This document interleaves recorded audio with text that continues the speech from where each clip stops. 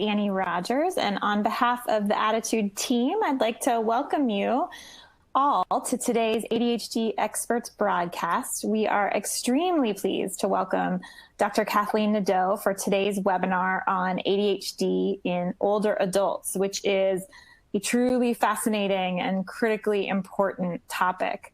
Though ADHD is the fourth most common psychiatric condition among adults, the fact is that few psychiatrists, neurologists, and psychologists are trained adequately in how to recognize, diagnose, and treat midlife or late life ADHD. As a result, older adults may be misdiagnosed, things like dementia, and may never receive the support that they need to thrive. So we're so honored to have Dr. Kathleen Nadeau. She's the founder and clinical director of the Chesapeake Center, ADHD Learning and Behavioral Health, which is in Bethesda, Maryland, one of the largest private ADHD specialty clinics in the United States. She is the recipient of the Chad Hall of Fame Award for her work in collaboration with Dr. Patricia Quinn on girls and women with ADHD. She's the author of more than a dozen books on ADHD and is a frequent lecturer nationally and internationally. Her upcoming book is called Still Distracted After All These Years, so appropriate for today. So before we get started, before I turn over the microphone, I just wanted to get just a few housekeeping items out of the way. Those of you who are here live, tuned into the webinar, you may download the slides now by clicking on the event resources section of your webinar screen. If you are interested in the certificate of attendance option for this webinar, please keep an eye out for instructions that will come in an email about an hour after the live broadcast wraps up. And for those of you who are listening in replay or podcast mode, please visit the webinar replay page at attitudemag.com/podcast-331. There you can access the slides and the certificate of attendance option. So now that we have all of that out of the way, I am very pleased to hand over the microphone to Kathleen Nadeau and this great topic of ADHD in older adults. Thank you so much for joining us today. Well, thank you so much for having me, and I am delighted to be here. I mean, this focus on older adults has been one of the most important focuses of my professional career for at least the past 5 years. And there are only a few of us in the country that are really writing about, lecturing about older adults. For those of you that don't know it, Attitude also hosted a webinar by Dr. David Goodman. He's a longtime friend and colleague of mine. And nearby, we've actually worked with some of the same people over the years.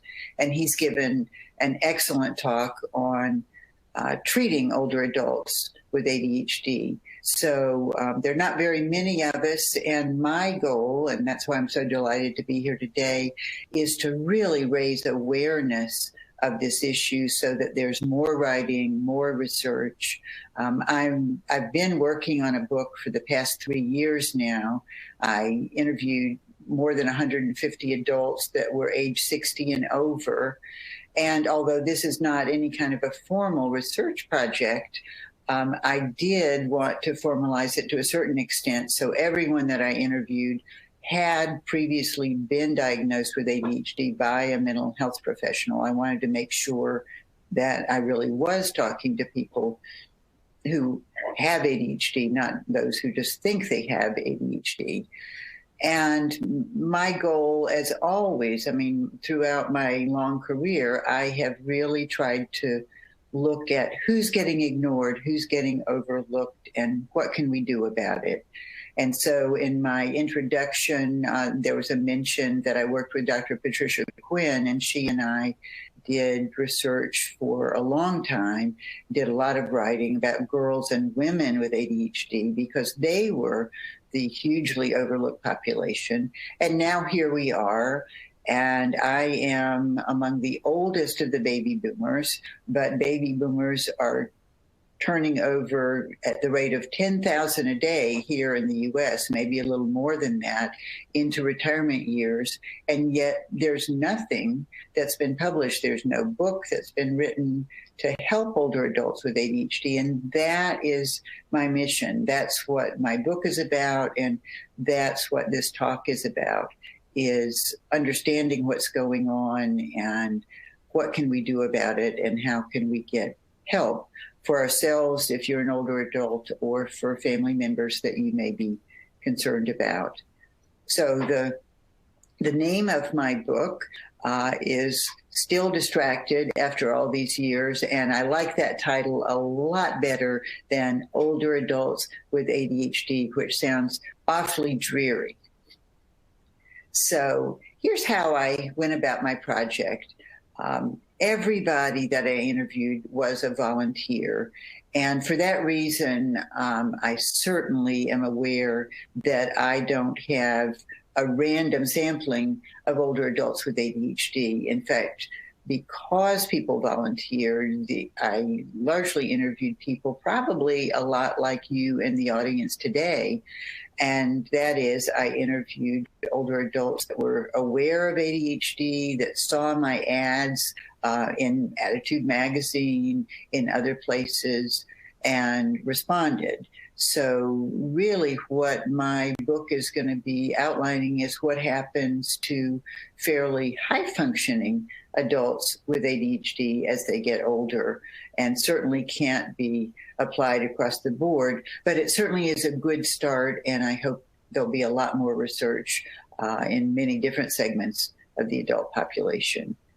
So with each person, I talk to them individually at length for at least an hour in a fairly structured telephone interview. But basically, I ask people, what I want you to tell me is, what has your journey been like? When were you diagnosed with ADHD? What was life like before your diagnosis and after your diagnosis?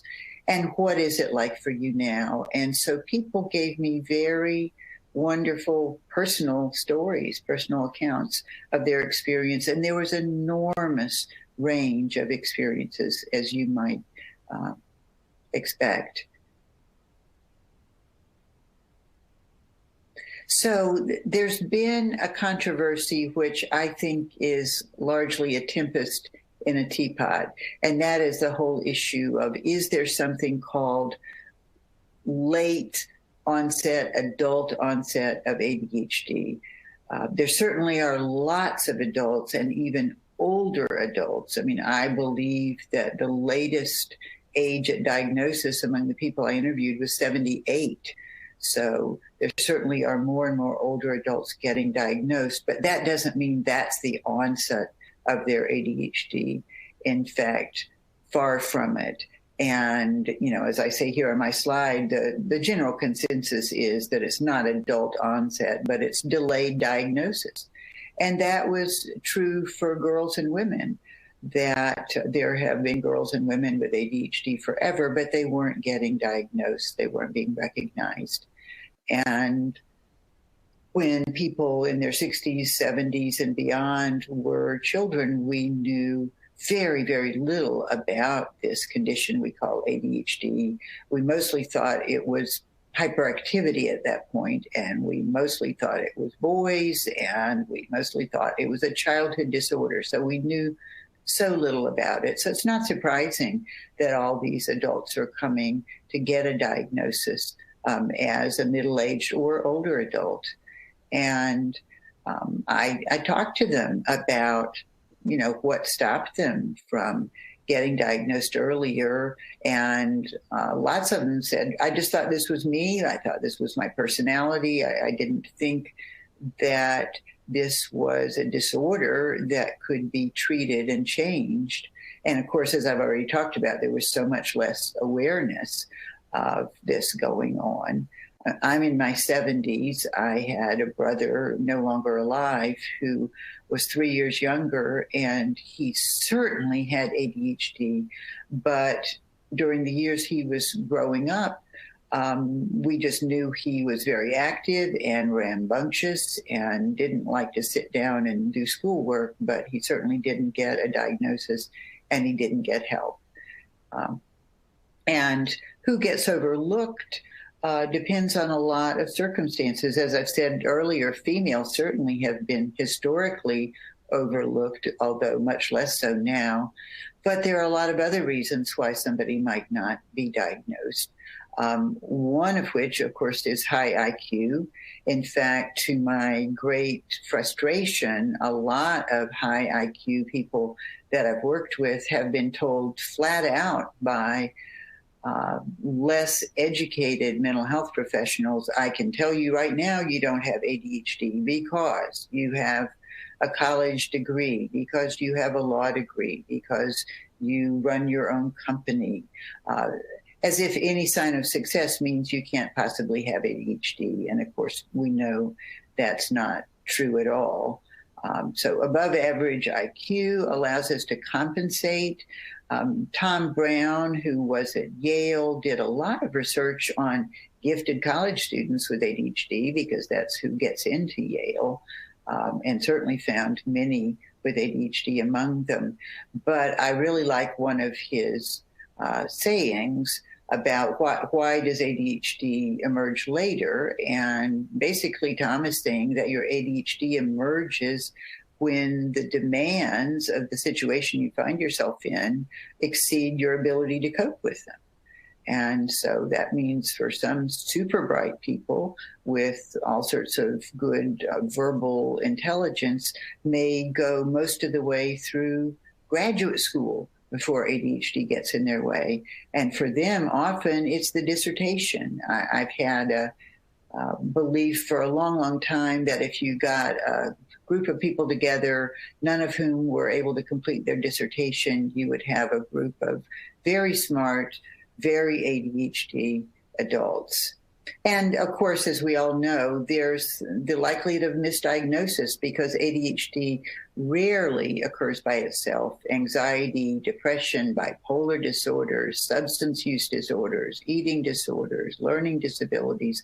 There's so many coexisting conditions, and sometimes those conditions are better understood and they're the ones that are picked up. So this is just a slide to show you that ADHD is pretty darn prevalent in the adult population, which makes it even more concerning, if not outright outrageous, that mental health professionals and neurologists are not trained in considering ADHD as a diagnosis in a middle-aged or older adult.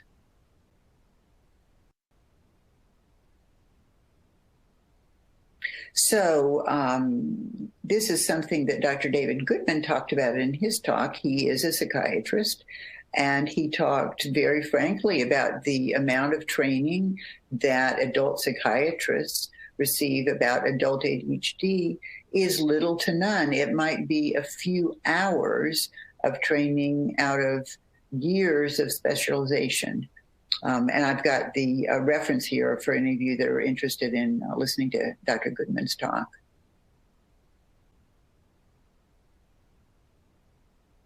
So one of the things that people worry about a lot is when they get into their 60s and 70s, are we going to be more vulnerable to dementia if we've already had memory problems, organizational problems, focus problems all of our life? Does that mean it's just going to get worse and worse because we're going to develop dementia? And what we have learned in the few studies that have been done is that there really is not a greater risk of dementia. Of course, having ADHD doesn't mean you won't get Alzheimer's, but it also doesn't mean that you are likely to get Alzheimer's. And I think that is positive news that people should realize. And the thing that concerns me is that because we don't have a lot of information for older adults, many older adults and many of their spouses worry that the memory problems, the forgetfulness, is the onset of dementia, and take their spouse to a memory clinic where the only thing that's really screened for is Alzheimer's. There really is no consistent way of considering, might this be lifelong ADHD manifesting in later years? So we need to routinely screen, and I'm sorry this slide seems to be a little confusing when they put it together, different fonts. But let me just go over the highlights of this, because this is very important information. If you are an older adult, or you have an older adult in the family that you think might have ADHD, then it's important to know that if you go to a memory clinic, first of all, ADHD should be considered and screened for. But I was very distressed to learn in a local memory clinic that the screener they were using was to ask the older adult, him or herself, to complete a questionnaire about how they were as a child. And I don't know very many 70 or 75-year-olds that have an accurate memory of how they were as a child. That's not at all what we should be asking them. It's so important to interview family members to find out, have these kinds of issues been going on for a long time? And also to ask family members if there are other members of the family that have been diagnosed with ADHD, because as we all know, it's highly genetic, and it's more likely to be ADHD if there are children, grandchildren, siblings that have ADHD.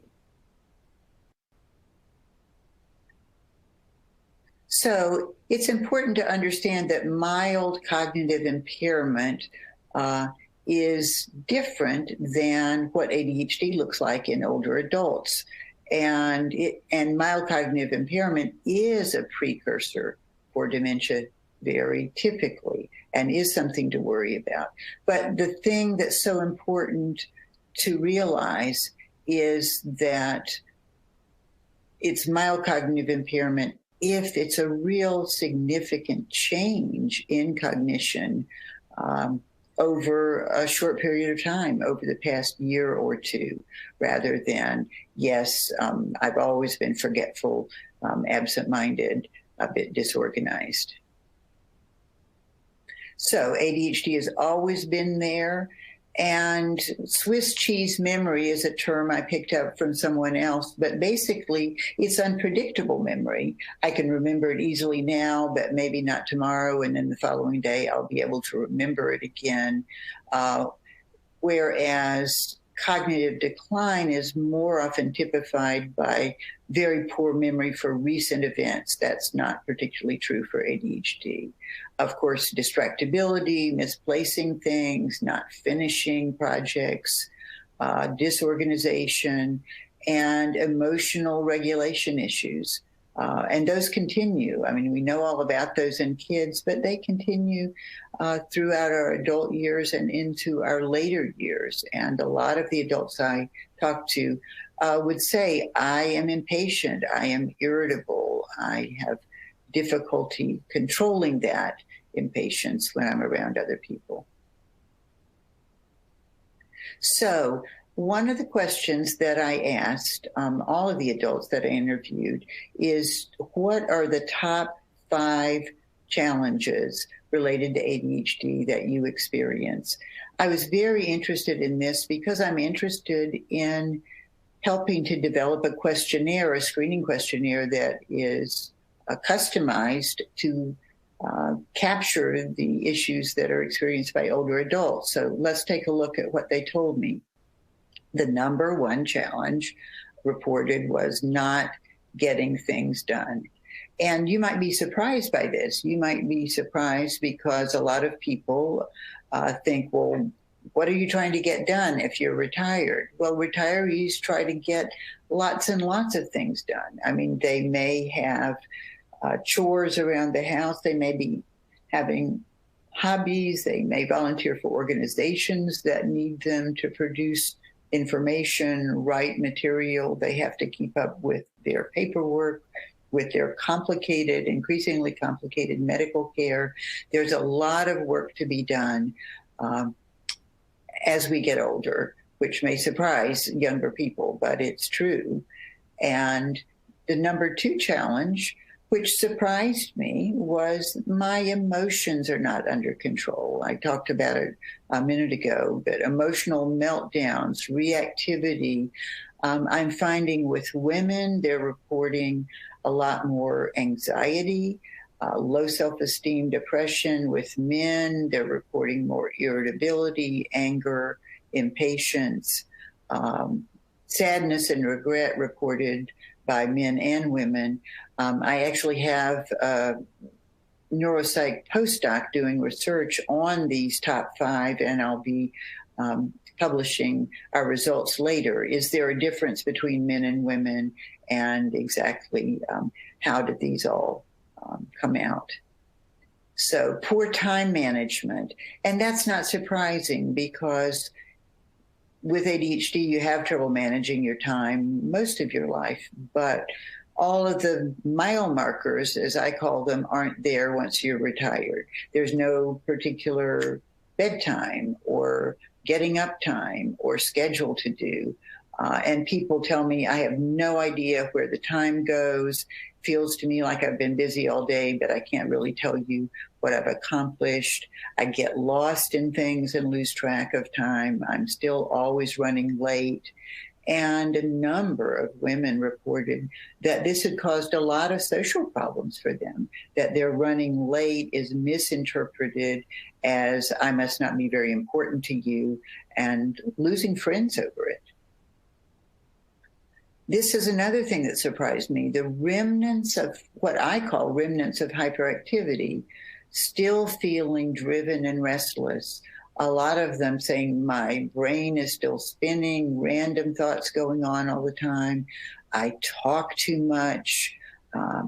I constantly overestimate what I can accomplish, take on too many things, and I'm living in chaos. And I can't seem to relax. I just need to keep going, need to keep doing. And number 5 is problems in interpersonal relationships.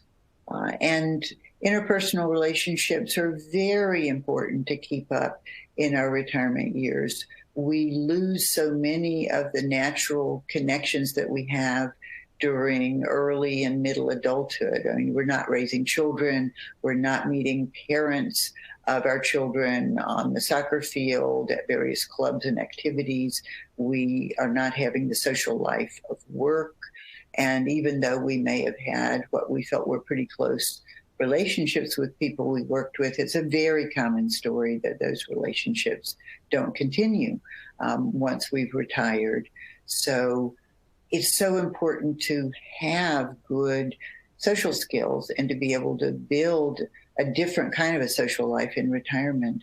So people reported to me that they felt very misunderstood and judged. I would say more women feeling that than men. Many of them said, I really need to be a better listener. I drive my spouse crazy. I interrupt people.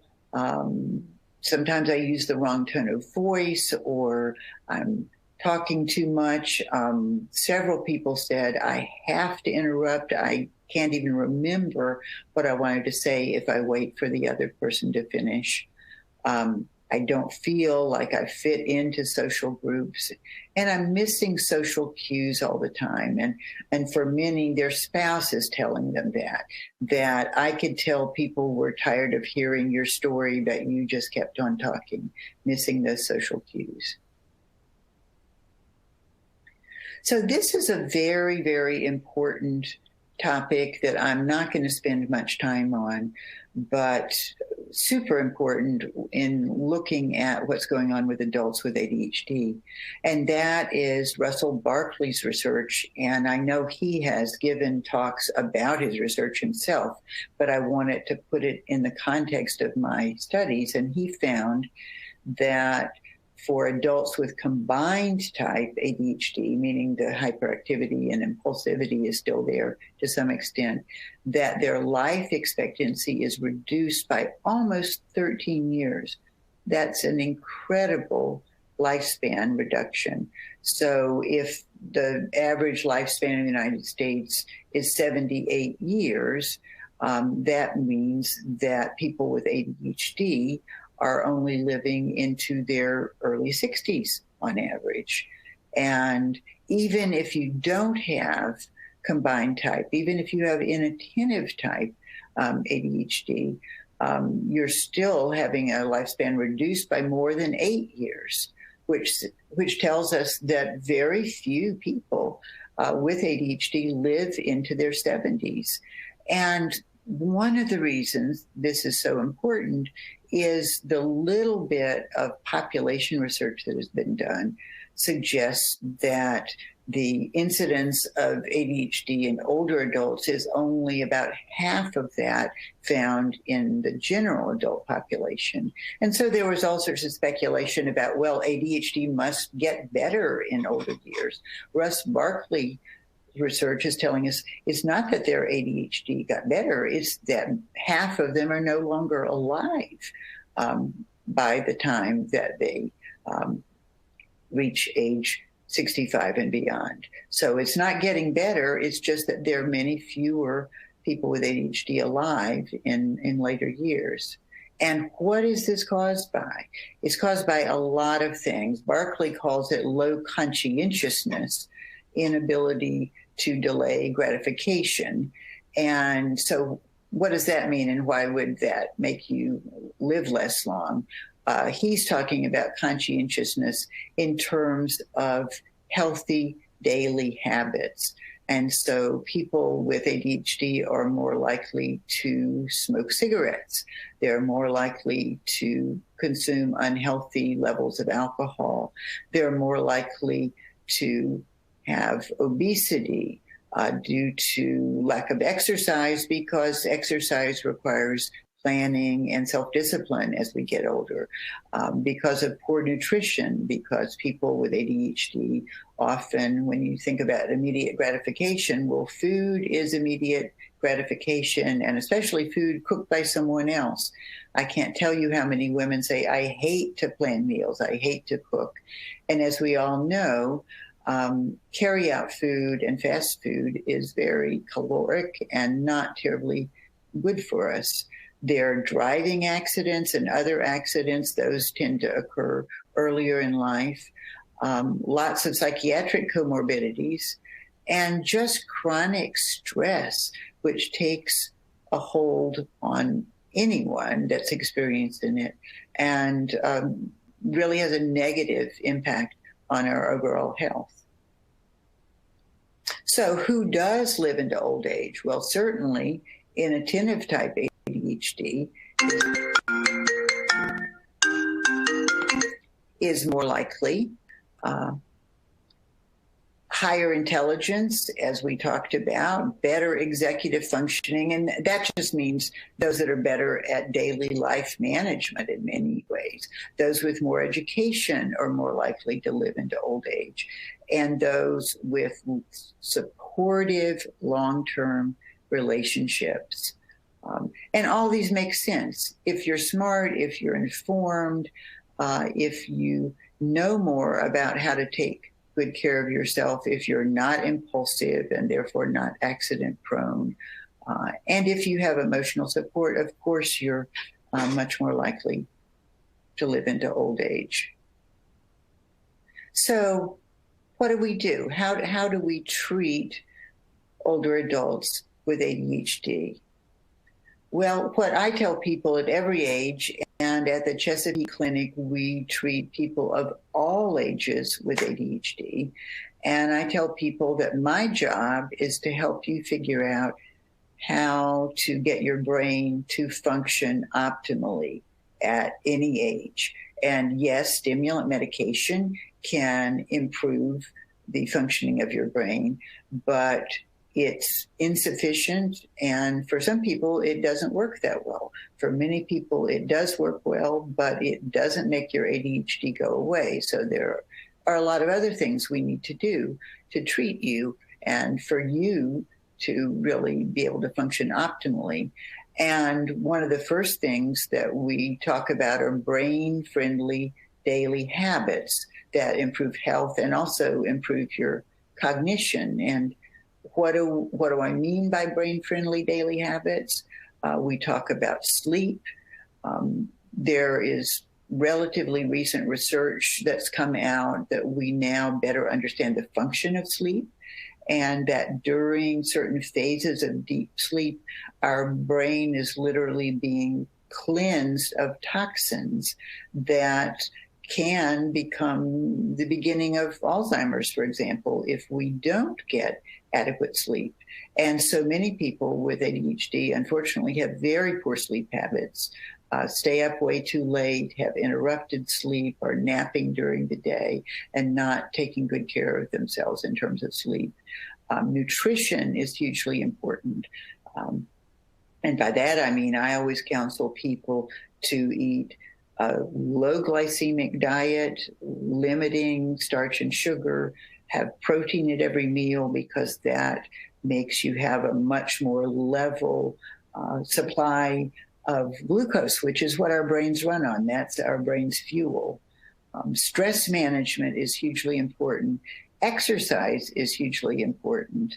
And so we really try to coach people and teach them to develop these habits. And they really need to become habits, not just good intentions, but habits that we do on a daily basis. And it'll make a huge positive impact on how you're impacted by ADHD.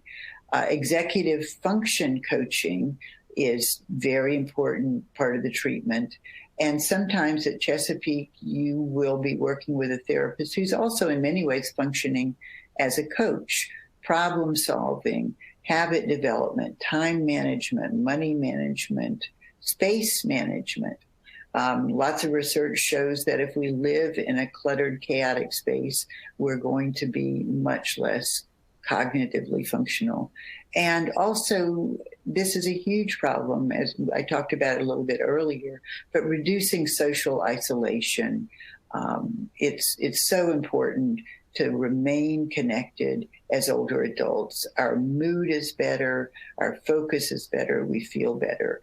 And it's the older we get, the more people in our lives we lose. So we have to take active steps to keep adding activities and people to our lives in order to stay socially connected. This is a real area that is lacking, and that is experience in treating older adults with psychostimulant medication. Yes, it helps.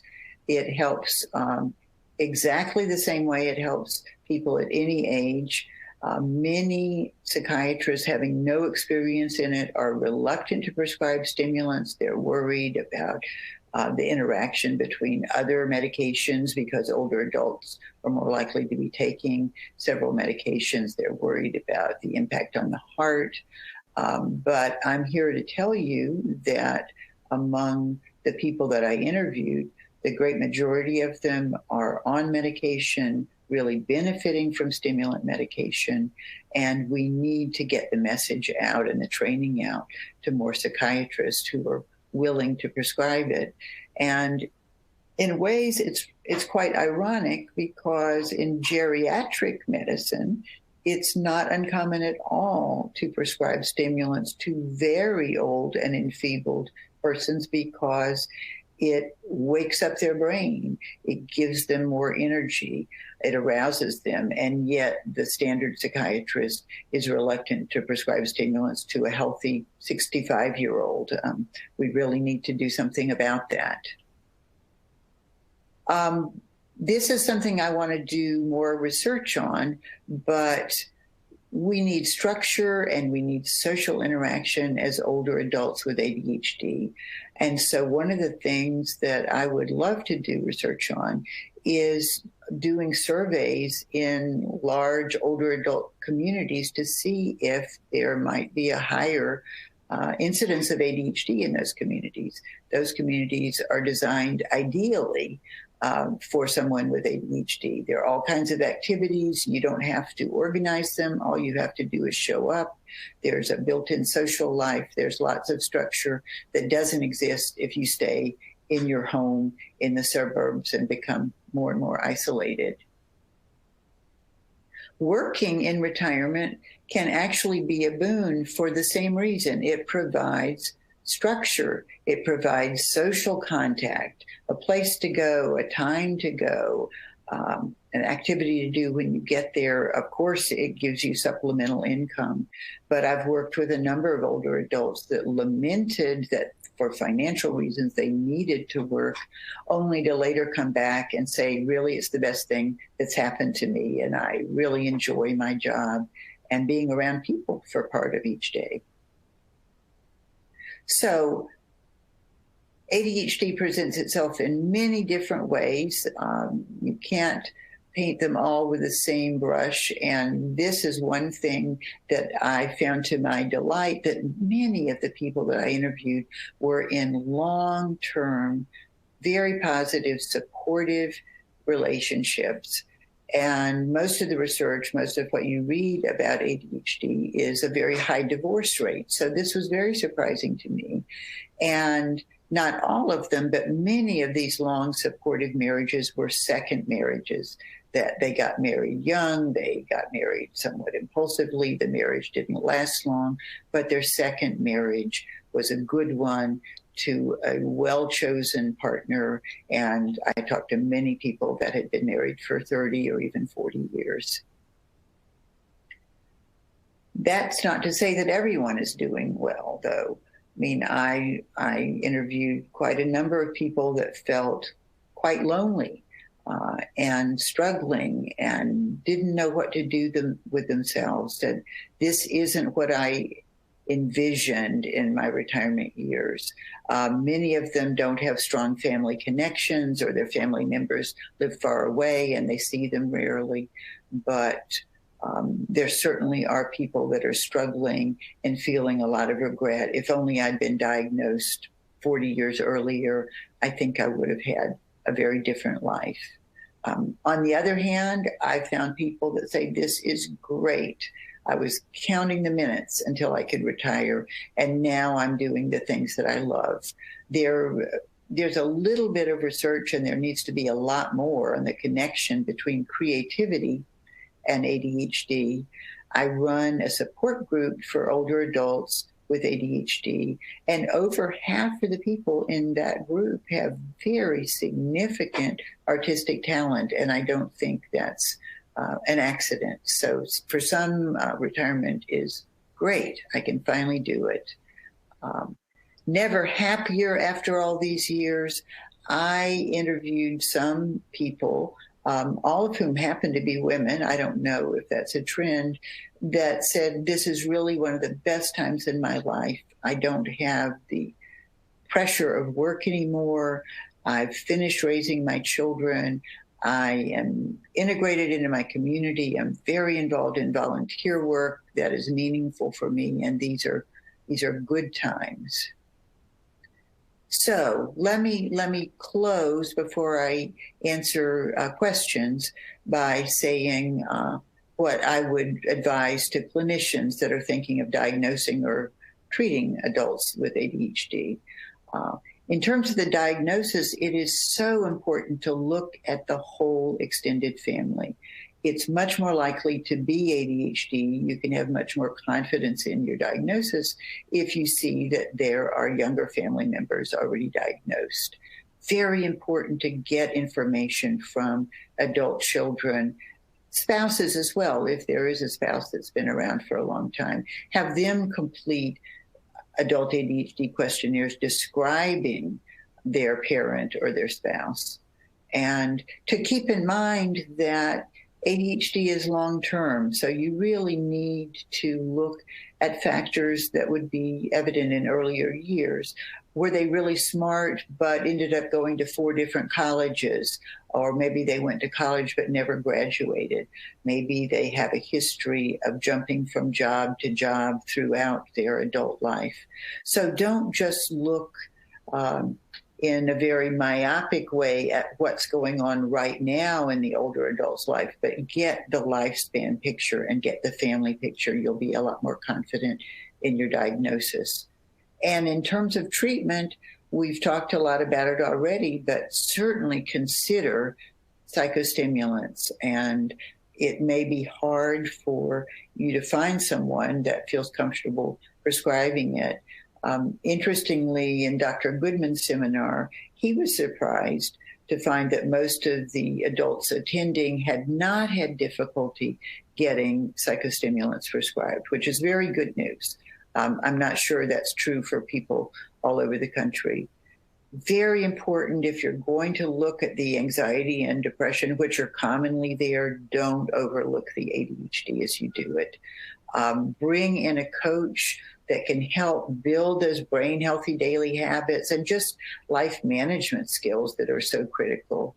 And if they're really struggling and lonely, encourage them to consider moving to a senior community where they're going to have more built-in social life, which is so important.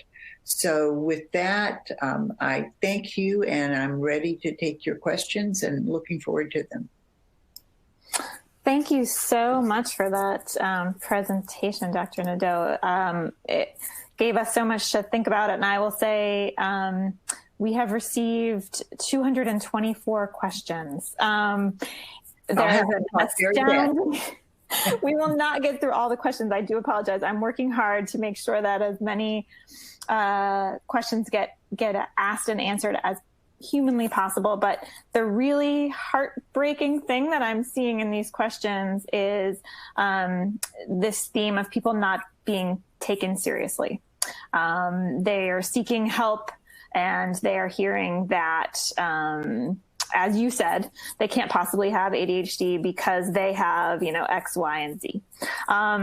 So what I'm seeing a lot is there hope? Is there a benefit to a late life diagnosis? There are a lot of people out there who do not have a formal diagnosis yet, and they're wondering if it's worth it. Can you talk about some of the benefits that come with getting a formal evaluation? That's a great question. I think there are tremendous benefits in getting a diagnosis at any point in life, but certainly in later years. And you don't want to dismiss yourself. I mean, there is this thing called ageism, and I do hear people say, what does it matter? I mean, my gosh, you're 72 years old. Why does it matter if you have ADHD? It hugely impacts your quality of life. It makes life more stressful. It makes people feel badly about themselves. The diagnosis alone is therapeutic. And we find that at every age, that, that explains everything.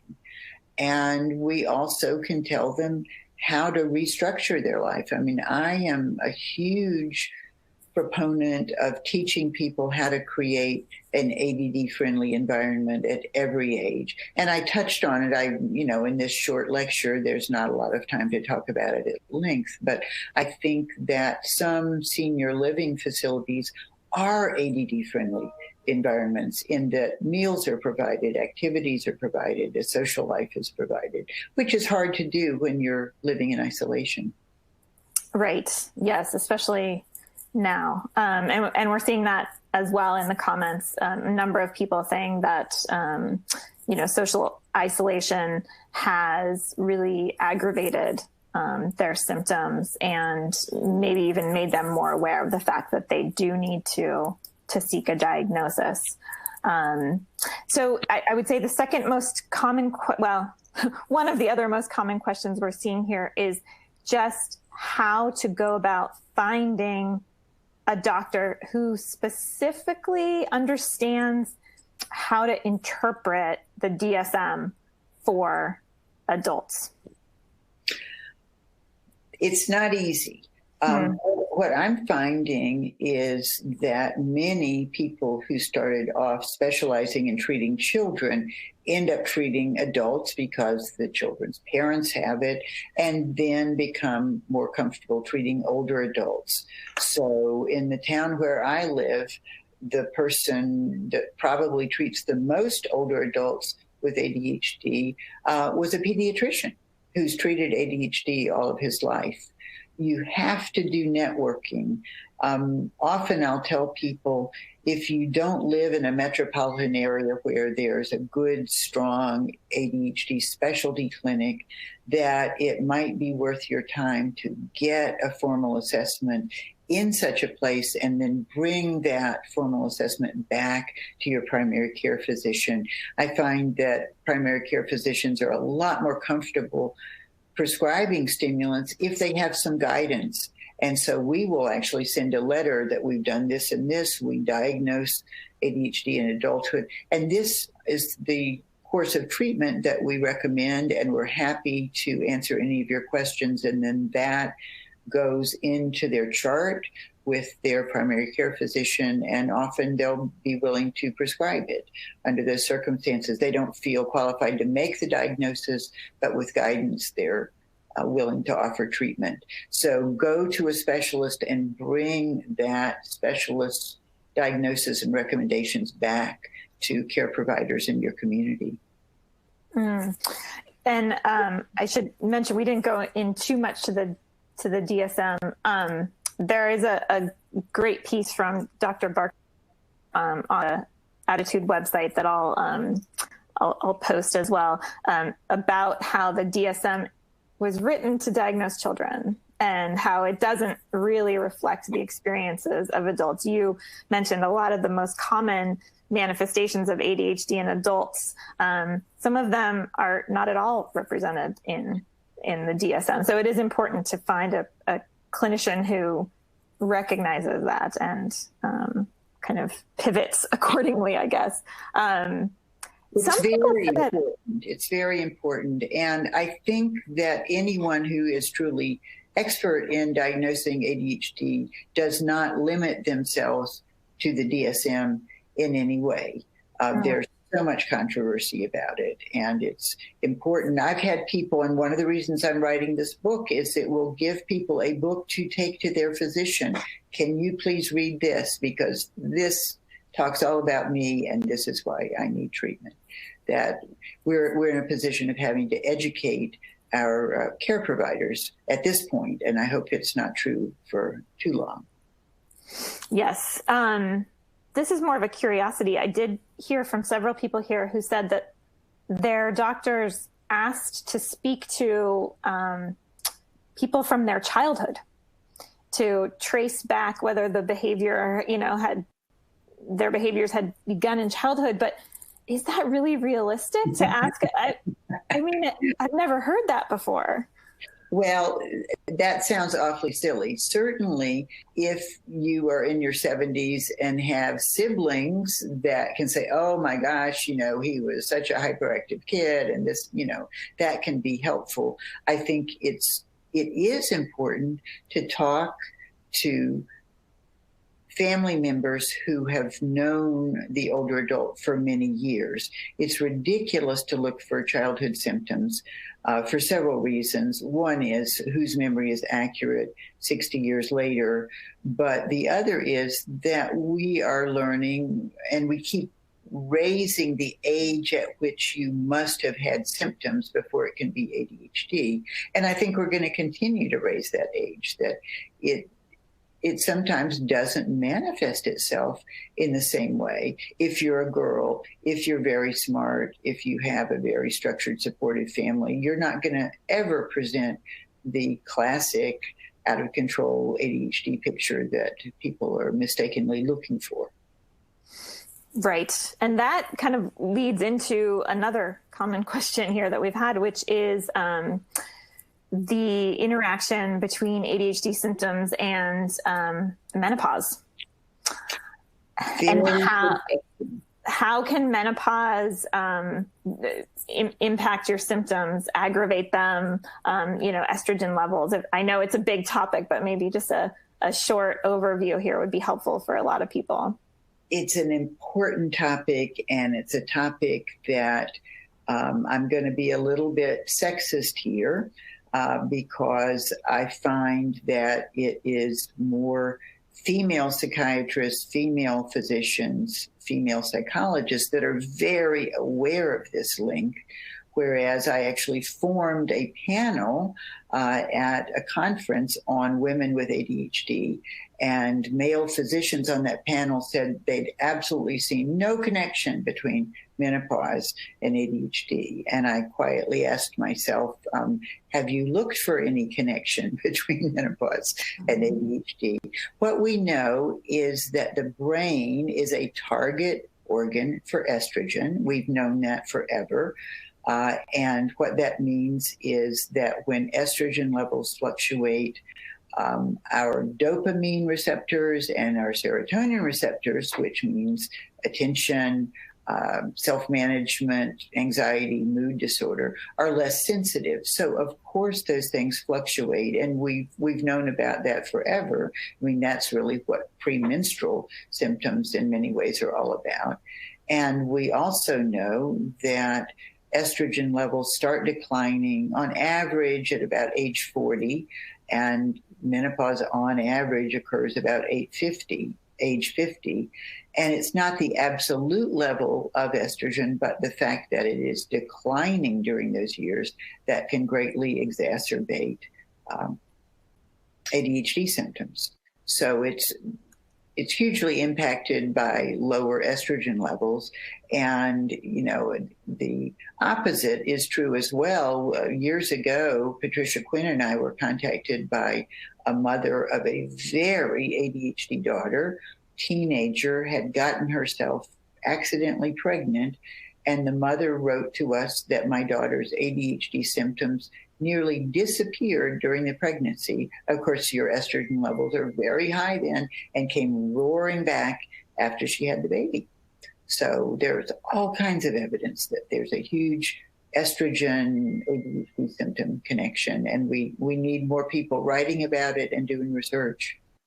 Right, because it just obviously complicates that diagnosis for women later in life all the more. Interesting. And I should mention there was a question here also, you know, that men also experience fluctuating hormones, and that may in fact complicate their picture as well. Are there any good tools that you would recommend or that you use for evaluating older adults, but maybe specifically women in the age of COVID, when we are working over teletherapy? We had a question from a couple of clinicians who are wondering how they might adjust during this time. Well, I'm not sure why we would need to adjust what we're asking because of COVID, although, and truth be told, everyone is suffering under COVID, and I think people with ADHD even more so at every age.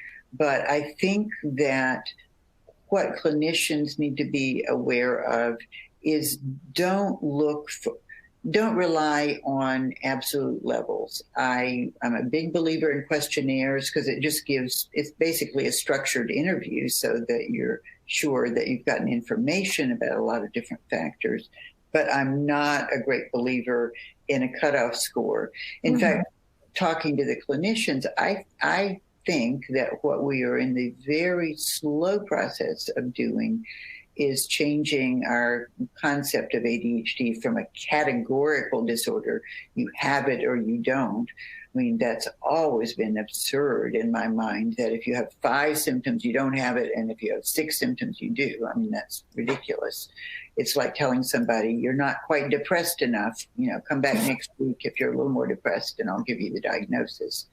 And so I think what we're going to realize is that ADHD exists along a continuum, and you can have a little or a lot, and that you can be impacted by ADHD very differently from one period of your life to another, going back to what Tom Brown said, that ADHD is manifested when we can't meet the demands of our environment.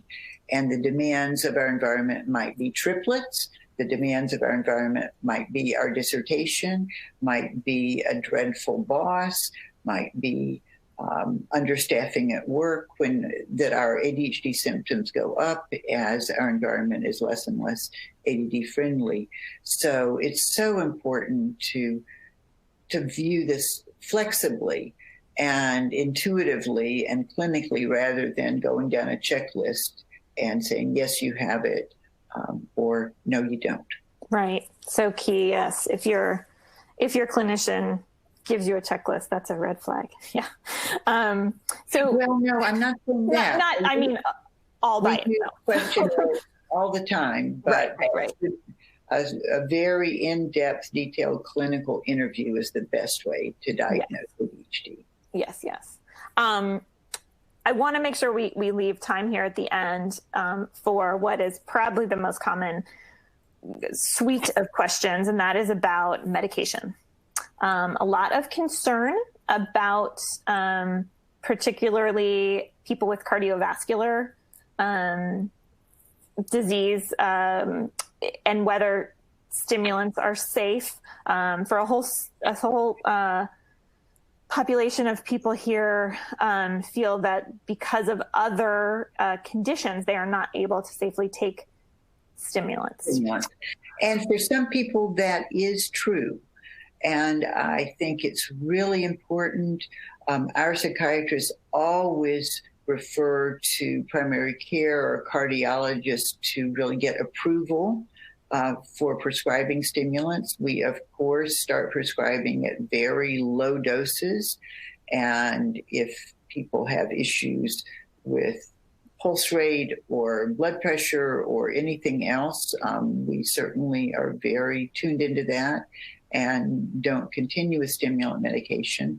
There are other non-stimulant medications. And I just want to make clear to the audience, I'm a clinical psychologist, and although I have worked with people for many decades that are on medication, I'm not the medication expert to be answering detailed questions. But in my experience, a great many adults can tolerate stimulant medication and benefit from them. Yes, actually, you just triggered a memory. I'll see if I can find it really quickly. I think there was a new piece of research that came out specifically on stimulants for older adults. I'll post that if I can find it here. But a lot of people wondering what non-medical interventions you have seen the most success with, whether it's exercise, diet, therapy, a combination of the above. But a lot of people interested in alternatives to medications for various reasons. Absolutely. There is an Alzheimer's researcher named Dale Bredesen, who has become better and better known. And I was doing research on an article a number of years ago, and I came across an article titled "The Reversal of Cognitive Decline." And you better believe that piqued my interest, reversal of cognitive decline. And what Dale Bredesen, who has been a geriatric researcher for many, many years and highly credentialed, he set about looking at all the things he could find that suggested that improved cognitive functioning. And he said it was basically like throwing spaghetti at the wall and seeing what stuck. So he had a group of formerly high-functioning adults who were struggling significantly with cognitive decline. Several of them had been forced to retire early because they couldn't any longer perform their profession, whatever it was. These were pretty high-functioning people. It was a very small cohort of 10 or 11 people.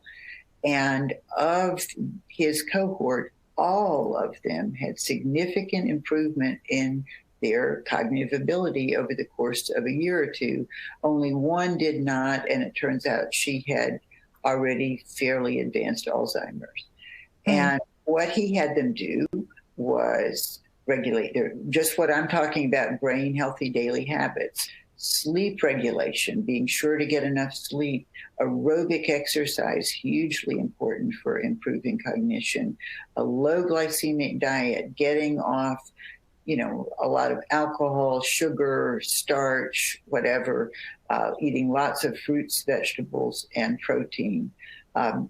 Mental stimulation, engaging in mental stimulation, social stimulation, getting out of social isolation. And he wrote and said not everyone perfectly followed all of this, but nevertheless, all of them showed reversal of cognitive decline, improvement in their cognition. And Dale Bredesen's protocol is now being used routinely at the Cleveland Clinic, and there's a lot of research going on. So he's not talking about ADHD specifically, but cognitive functioning generally. But I'm a huge believer in that. And when I read that article, I thought to myself, that should be the first treatment protocol for adult ADHD. This is so fascinating. I'm so sad to say that we're already at 2:00. The time has flown by, and I feel that we could easily go on for 2 or 3 more hours. We're now up to more than 450 questions, believe it or not. So we covered a lot of ground. Thank you so much, Dr. Nadeau. This is there's just a wealth of really critically important information here today. So thank you so much for your time and such a thorough explanation. Absolutely. And I have a question for you. Yes. Because it's very important and interesting to me what those questions are. Yes. I want to know what people want to know because, of course, I'm in the midst of writing my book, writing about what people want to know about ADHD in older adults. So I'm wondering if there's any way that these questions can be captured. And absolutely. We will, and actually quite a few people asked to see the other questions too. So when the event is over, we get a download of all of the questions. So we will be sure to share that with you, and we'll figure out a good way maybe to condense them and add some privacy to make them available to all the attendees. We don't want to be revealing people's full names for obvious reasons. Sure. Absolutely. And since you mentioned it, I will also follow up your book, which is, please correct me if I'm getting this wrong, Still Distracted After All These Years. Yes.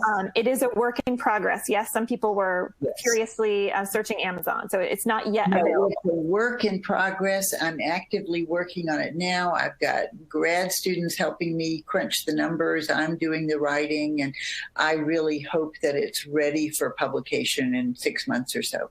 Wonderful. Okay. Well, I think you'll have a lot of pre-orders. And I do want to thank everyone for joining us today, and just remind you on a topic that we just covered. We have another webinar with Dr. Robert Olivardia on healthy eating habits for a healthier ADHD brain. And that is next Tuesday, November 10th. So if you found this helpful, we hope that you'll join us then. But for now, I would just like to thank again Dr. Nadeau, and hope that you can join us again, because boy, there is a lot to cover here on this topic. Good. Well, thank you for inviting me. Thank you so much. Okay. Have a great day, everybody. Bye-bye.